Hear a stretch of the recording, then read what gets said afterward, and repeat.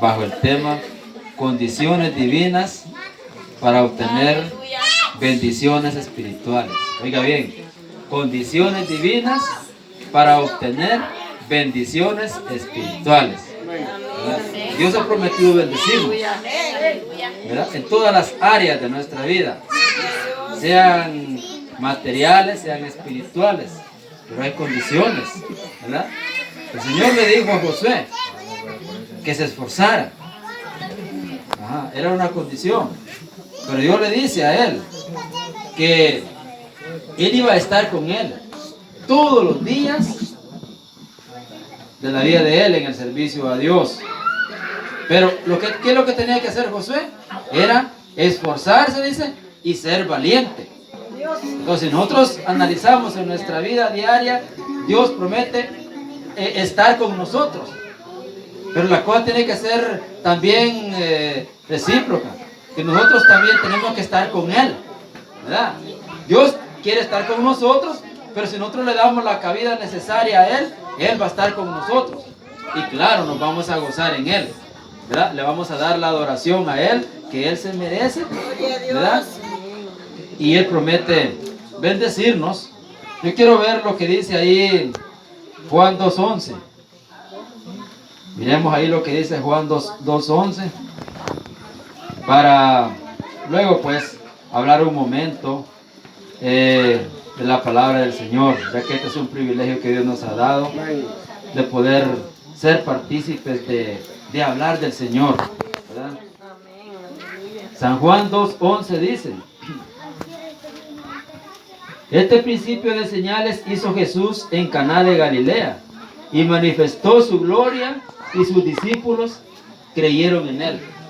Oiga bien, dice que Dios ahí manifestó su gloria y los discípulos, dice, creyeron en él. Muchas veces lo que Dios está buscando es que la persona le crea a Él.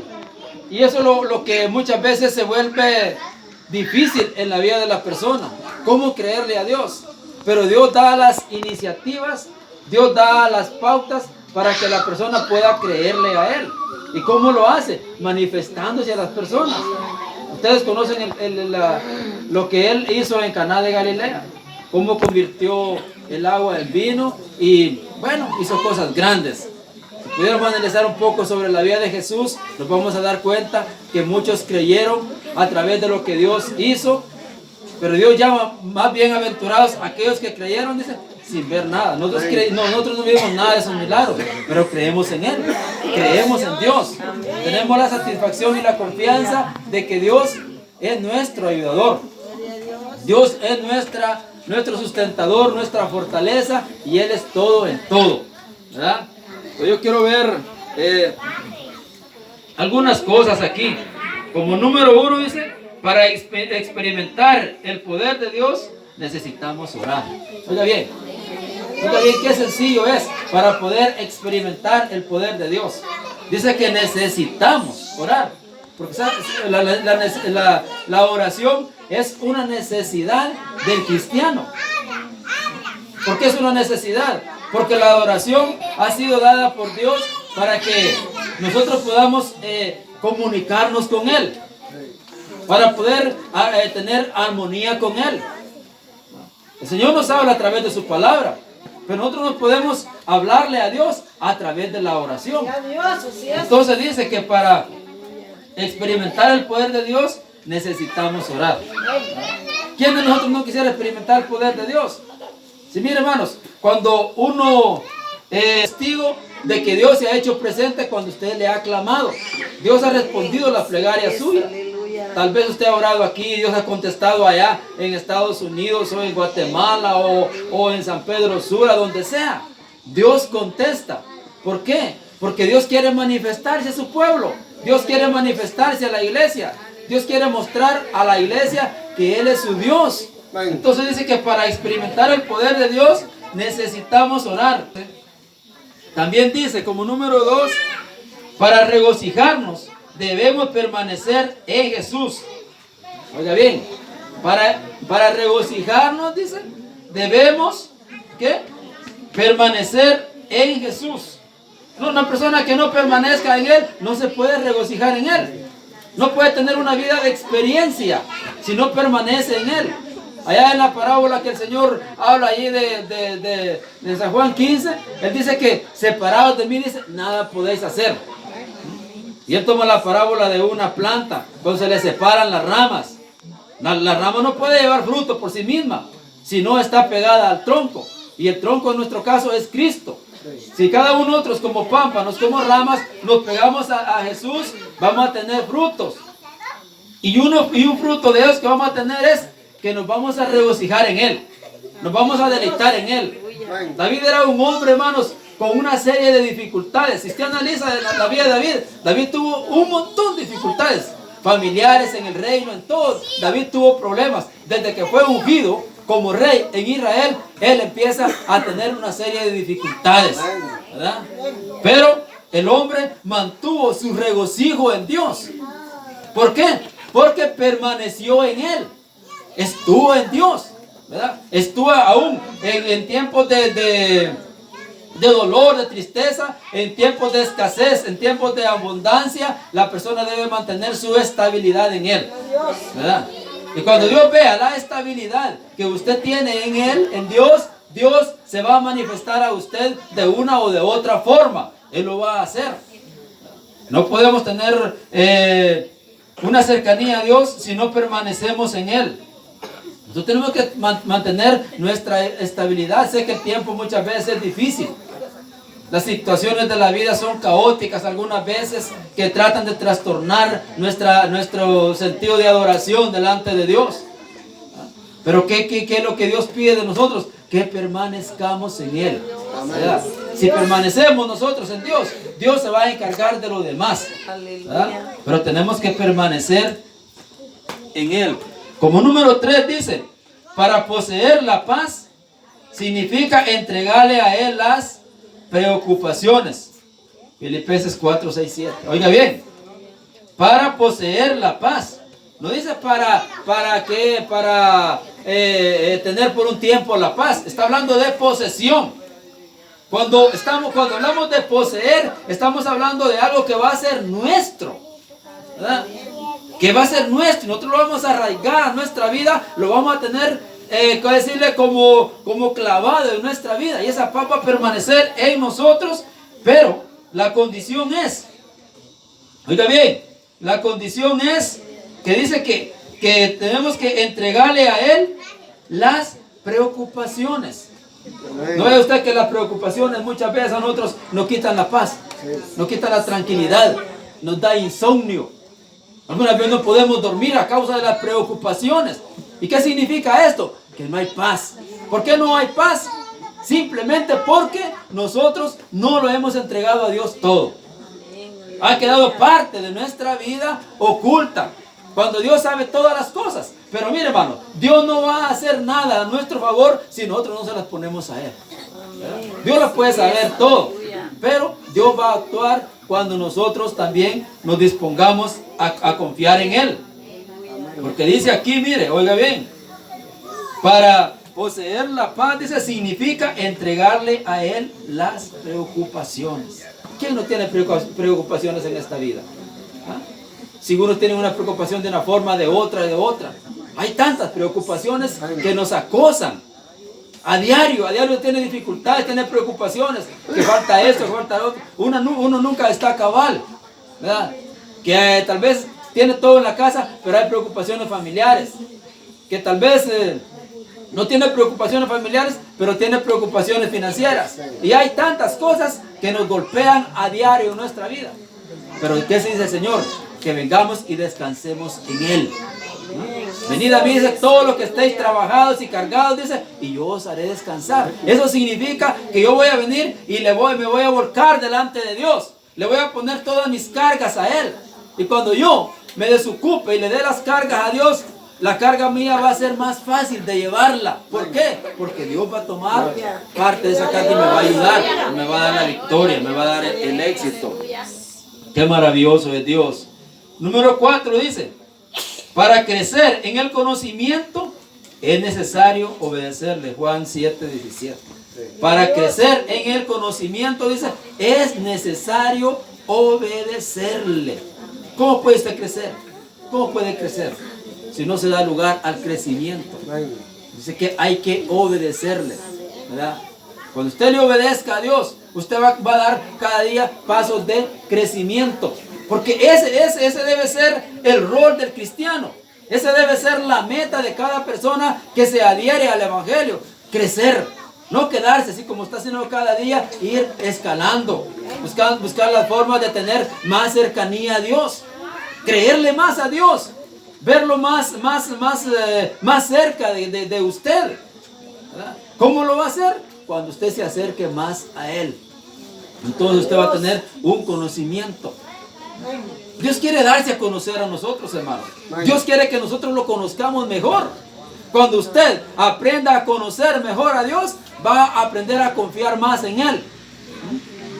Y dice aquí, tiene que obedecerlo, ¿verdad? Número 5 dice, para descubrir su voluntad necesitamos estar en comunión con Él. Salmos 10:3-7. Oiga bien. Para descubrir su voluntad necesitamos estar en comunión con Él. ¿Quién de nosotros no quisiera descubrir la voluntad de Dios? Muchas veces nosotros ignoramos la voluntad de Dios. ¿Pero por qué la ignoramos? ¿Verdad? Porque no estamos en comunión con Él. Una esposa muchas veces ignora la voluntad del esposo. O qué es lo que el esposo quiere, qué es lo que el esposo necesita, porque no hay comunión en ambos. El hombre piensa una cosa, hace otra cosa, y la mujer no tiene conocimiento de ella. Ahora, nosotros tenemos que estar en comunión con Dios. ¿Qué quiere decir estar en comunión con Dios? Que Dios va a estar comunicado conmigo. ¿Por qué yo le voy a cubrir las cosas a Dios cuando Dios todo lo sabe? ¿Por qué le voy a ocultar parte de mi vida cuando Dios sabe todo lo mío? Él me conoce interna y externamente, hermanos. Él sabe de qué tengo necesidad. Entonces yo tengo que tener comunión con Él. Y cuando yo tenga comunión con Él, yo voy a tener confianza en Él. Y voy a decir, Señor, mira esto y lo otro, esto y aquello. Y Dios va a actuar de una manera maravillosa. Pero nosotros tenemos que aprender a tener comunión con Él. Miren las parejas. Una pareja que se tenga comunión. Que no haya partes ocultas de un cónyuge al otro. Es una pareja feliz. Amén. Es una pareja feliz. Porque mantienen esa comunión, esa unidad. Y unidos llevan la cruz del hogar. Así nosotros también. Dios quiere hacerse presente en nuestras vidas. Pero nosotros tenemos que tener comunión con Él. Comunicarnos con Él. Tener una cercanía a Él.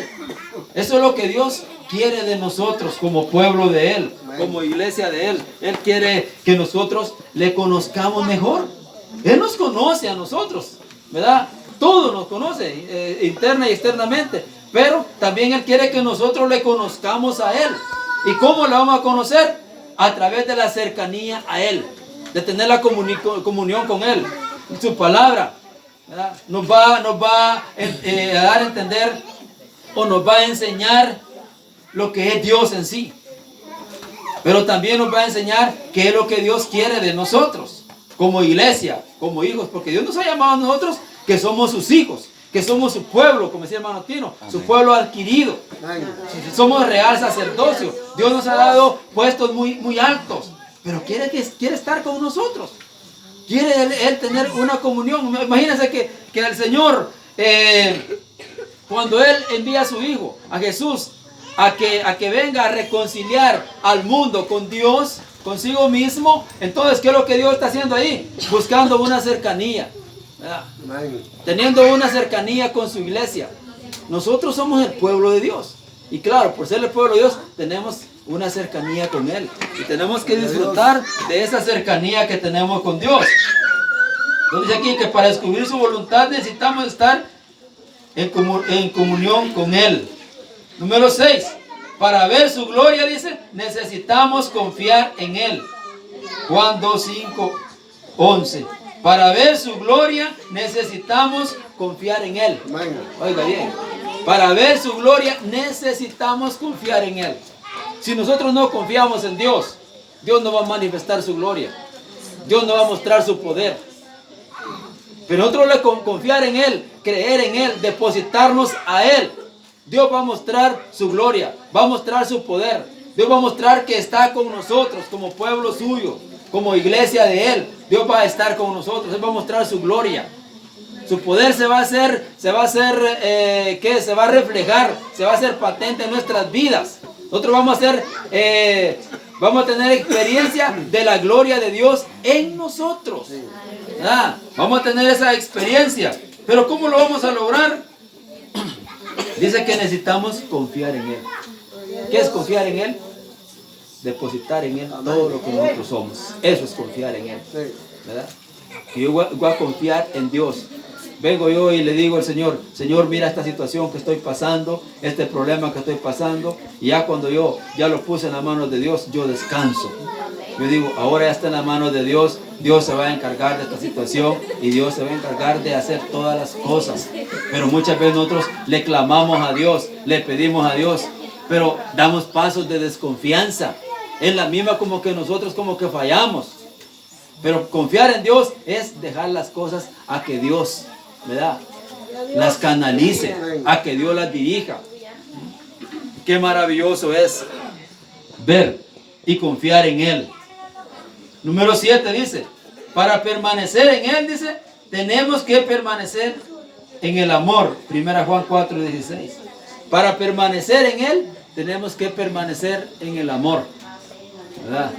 Gloria a Dios. Señor dijo, que ellos se amen, dijo el Señor, fíjense en la oración que Él hace de intercesión. Señor dijo, que ellos se amen, que la iglesia se ame como tú y yo, Padre.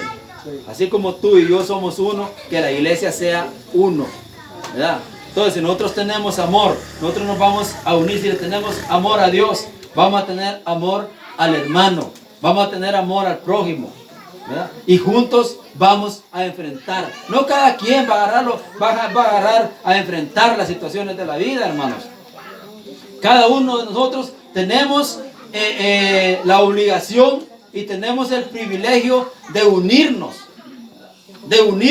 y clamar a Dios juntos para que nosotros podamos salir adelante.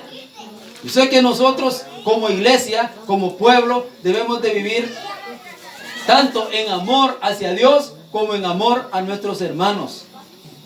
Muchas veces Dios no se manifiesta de la manera que Él se quiere manifestar, porque muchas veces somos indiferentes los unos a los otros.